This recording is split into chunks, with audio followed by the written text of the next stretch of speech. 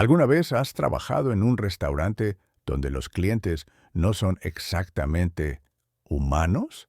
Soy Alejandro, chef de cocina, y esta es la historia de cómo descubrí que hay lugares donde cocinar puede costarte literalmente el alma.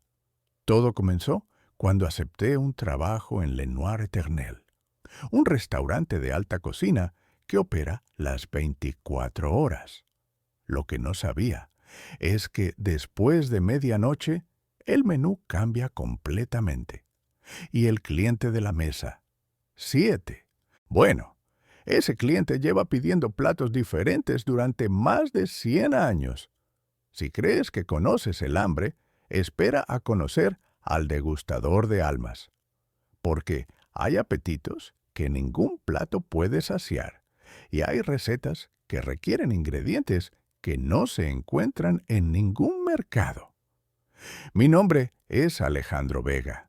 Tengo 30 años y hasta hace 6 meses era considerado uno de los chefs más prometedores de la ciudad, hasta que la envidia me hizo cometer el error más grande de mi carrera. Saboteé el plato estrella de mi compañero durante una competencia culinaria importante. No solo perdí mi trabajo, sino que quedé con una deuda de 50.000 euros por daños y una reputación destruida. Ningún restaurante decente quería contratarme. Mis ahorros se agotaron, el alquiler se acumulaba, y mi novia Carmen me había dejado después de descubrir lo que había hecho. Estaba desesperado cuando vi el anuncio en un periódico arrugado que alguien había dejado en la mesa de un café barato. Se busca chef de cocina para turno nocturno. Experiencia en alta cocina requerida, excelente pago. Preguntar por Chef Antoine en Lenoir Eternel. Lenoir Eternel estaba ubicado en una esquina extraña del distrito financiero, en un edificio de piedra negra que parecía absorber la luz de las farolas. Durante el día funcionaba como un restaurante elegante y normal, pero había algo en sus ventanas oscuras que me hacía sentir observado. Entré a las 11 de la noche, como me habían indicado por teléfono. El interior era impecable. Mesas con manteles blancos, cristalería fina y una iluminación tenue que creaba sombras danzantes en las paredes. Pero el lugar estaba completamente vacío. «Llegas puntual», dijo una voz detrás de mí. Me volteé y vi a un hombre alto y delgado, de unos 50 años, con cabello gris perfectamente peinado y ojos que parecían haber visto demasiado. Vestía un uniforme de chef impecable, pero había algo en su postura que sugería una tensión constante. «Chef Antoine», dijo, extendiendo una mano fría como el mármol. «He revisado tu expediente. Talento excepcional, pero decisiones cuestionables». No mentí sobre mi pasado. Le conté todo. El sabotaje, la deuda, la desesperación. Esperaba que me echara inmediatamente. En cambio, sonrió de una manera que no llegó a sus ojos. «Perfecto. Aquí valoramos a quienes entienden que la cocina puede ser despiadada. Pero antes de que aceptes, necesitas conocer las reglas del turno nocturno». Sacó una hoja de papel grueso, casi pergamino, con 6 reglas escritas en una caligrafía elegante pero ligeramente temblorosa. Regla 1. Nunca sirvas el plato del día al cliente de la mesa 7. Él nunca pide lo mismo, y lo que pide debe prepararse exactamente como lo solicita, sin sustituciones. Regla 2. Si un cliente pide un plato que no existe en ningún menú conocido, consulta el libro de recetas perdidas en la despensa secreta. Nunca improvises. Regla 3. Los ingredientes que aparecen en la nevera después de medianoche no están en el inventario oficial. Úsalos solo si un cliente los solicita específicamente. Regla 4. Si escuchas llantos viniendo de la cámara frigorífica, no investigues. Continúa cocinando hasta que el sonido se detenga. Regla 5. Nunca preguntes a los clientes nocturnos por sus nombres reales. Ellos te dirán cómo quieren ser llamados. Regla 6. Si debes romper una regla para salvar una vida, asegúrate de que sea una vida que valga la pena salvar. El precio siempre se cobra. Mire las reglas con escepticismo. ¿Esto es en serio? Antoine me miró con una expresión que mezcló lástima y comprensión. Alejandro, en 6 meses podrás pagar toda tu deuda y reconstruir tu reputación. Los clientes nocturnos pagan muy bien por experiencias culinarias. Únicas. Pero estas reglas no son sugerencias.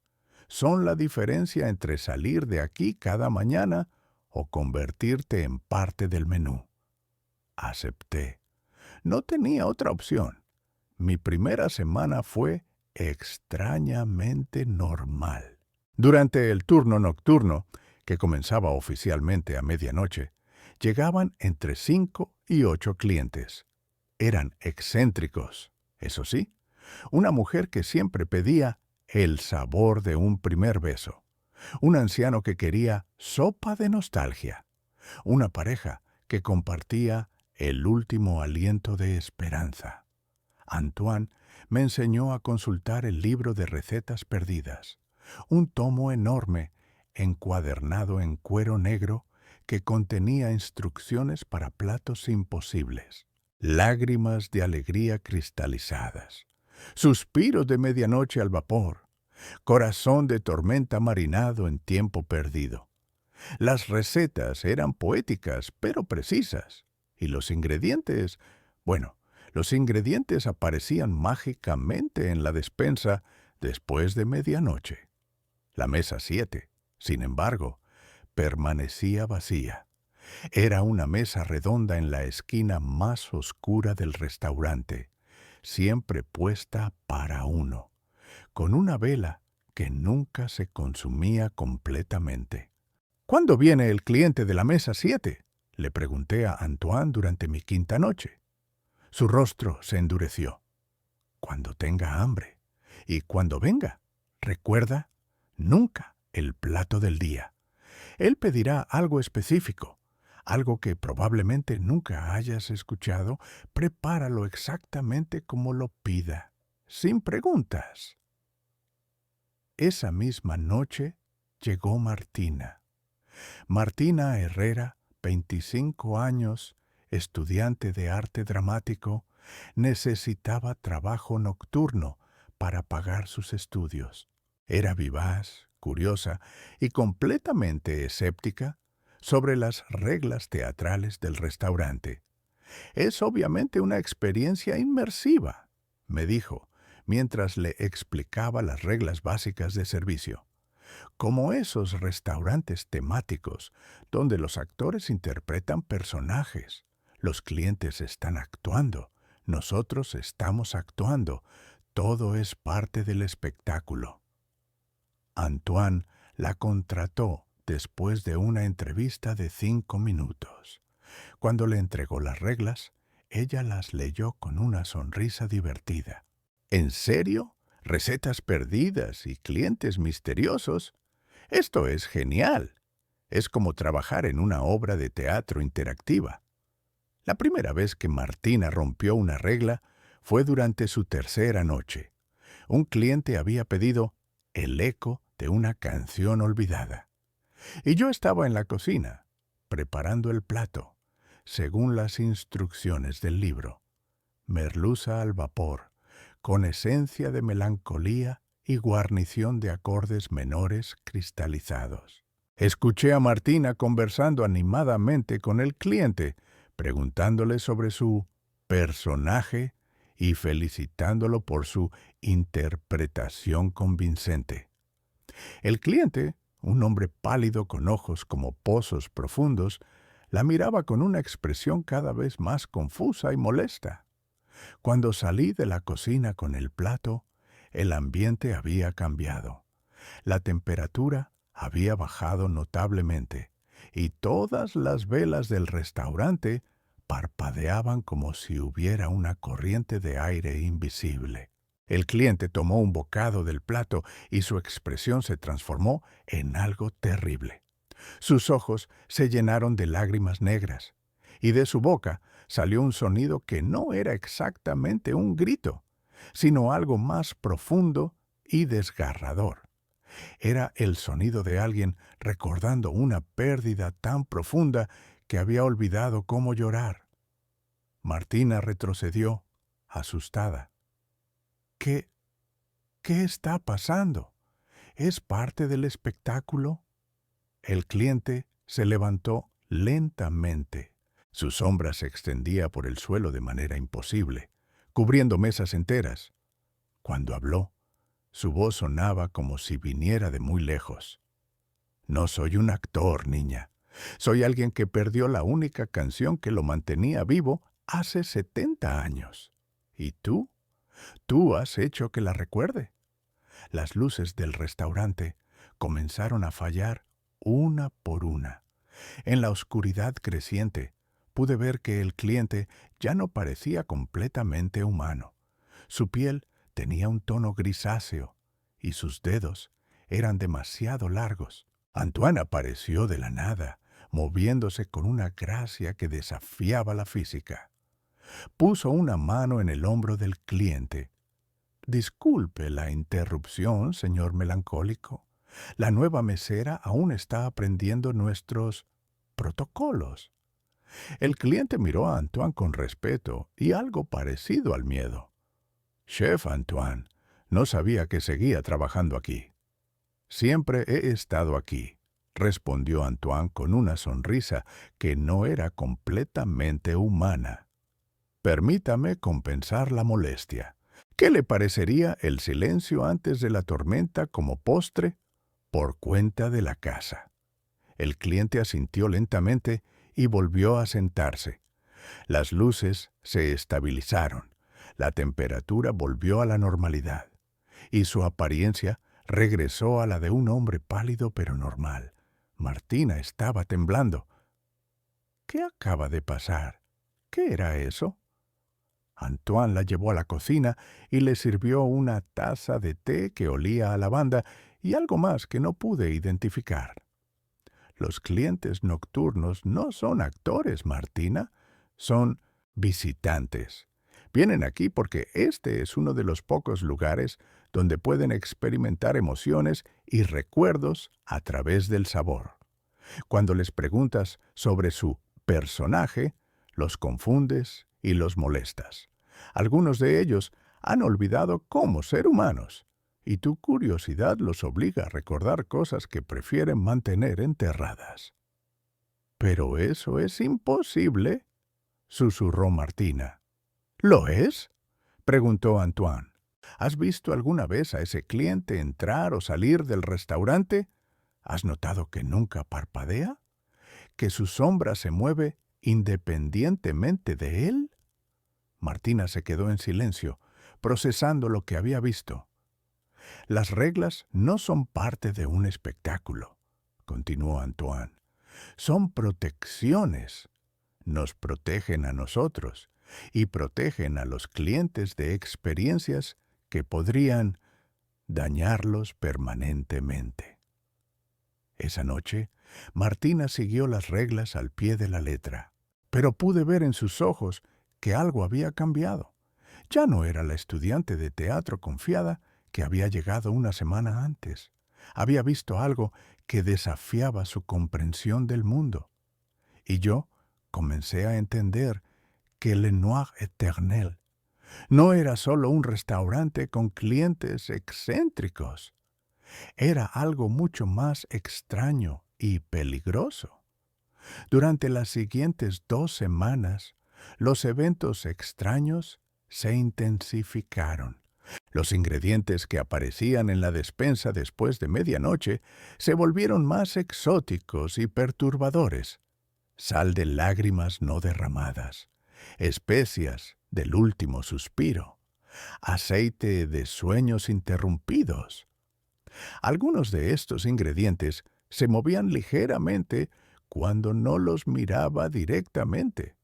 Una noche, mientras preparaba nostalgia de infancia al horno para una mujer que parecía tener 100 años, pero se movía como una niña, escuché llantos viniendo de la cámara frigorífica. Eran llantos de niño, desesperados y desgarradores. Recordé la regla 4 y continué cocinando, pero el sonido se intensificó hasta que sentí que mi corazón se iba a romper. Martina también lo escuchó.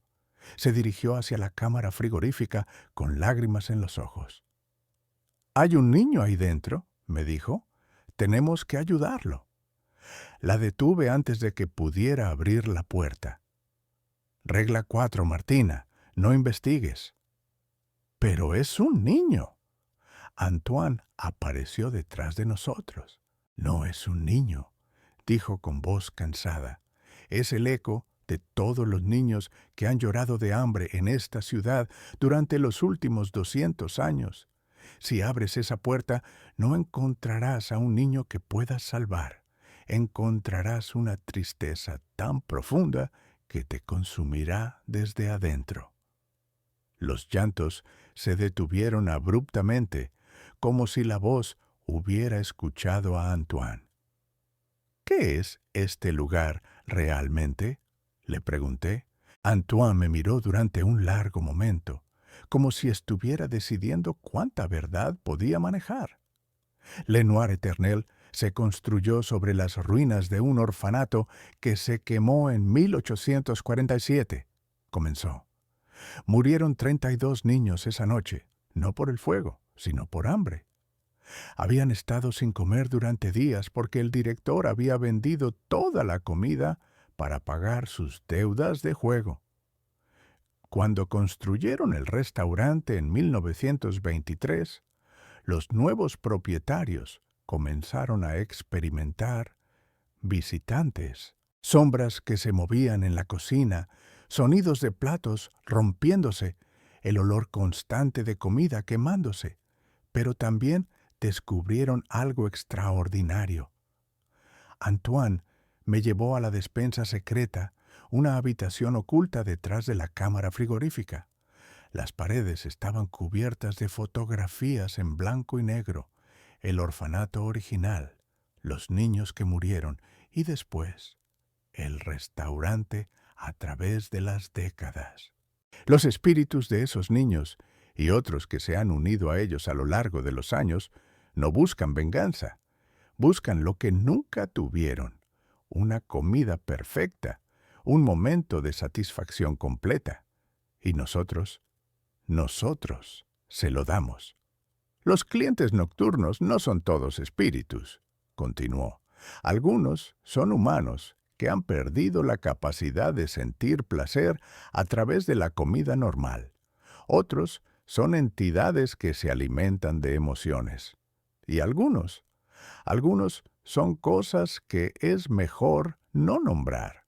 Pero todos vienen aquí por la misma razón, porque este es el único lugar donde pueden experimentar el sabor de lo que han perdido.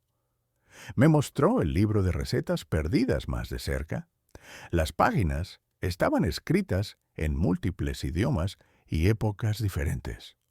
Algunas recetas estaban escritas en latín medieval, otras en caligrafía victoriana, y las más recientes en la letra temblorosa que reconocí como la de Antoine.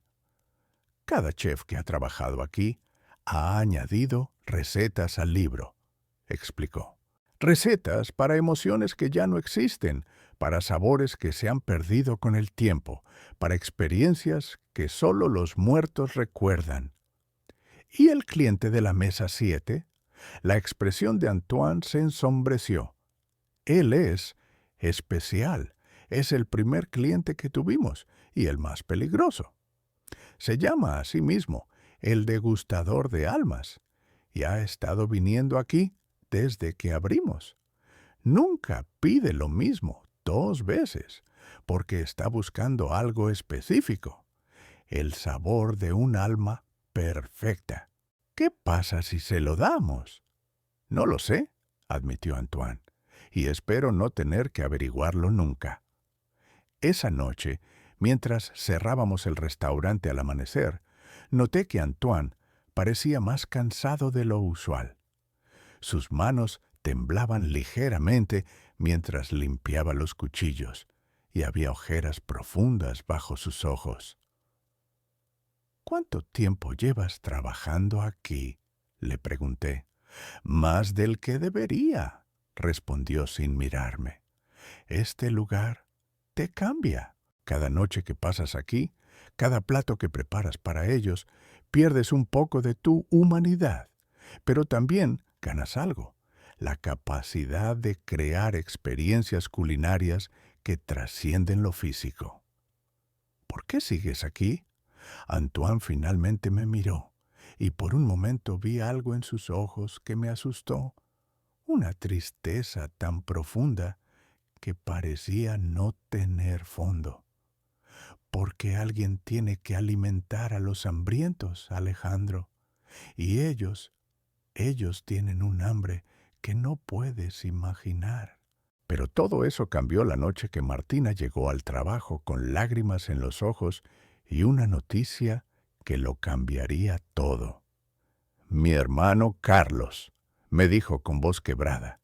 «Tiene 8 años y los doctores dicen que tiene leucemia aguda.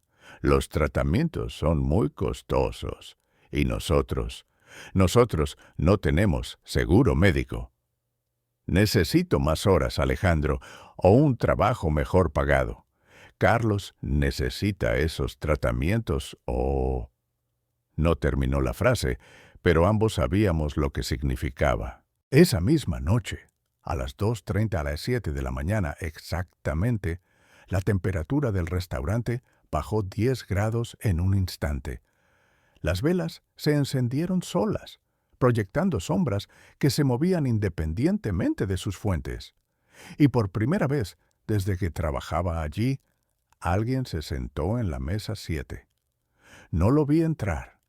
Simplemente estaba ahí, como si hubiera estado sentado toda la noche y yo recién lo hubiera notado. Era un hombre de mediana edad, vestido con un traje impecable de una época que no pude identificar.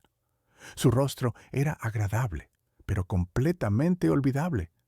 Pero sus ojos eran pozos de hambre que parecían contener siglos de apetito insatisfecho. El degustador de almas había llegado finalmente, y lo que me pidió esa noche cambiaría para siempre mi comprensión sobre el precio real de la redención, el amor, y hasta dónde está dispuesto a llegar un chef para salvar a quienes ama. Porque hay decisiones que no puedes deshacer, platos que no puedes dejar de cocinar una vez que empiezas, e ingredientes que exigen un precio que va más allá de cualquier receta. En el próximo video descubrirás qué pidió el degustador de almas, qué terrible elección tuve que enfrentar y cómo una receta puede cambiar no solo el destino de una persona, sino el equilibrio entre la vida y la muerte misma.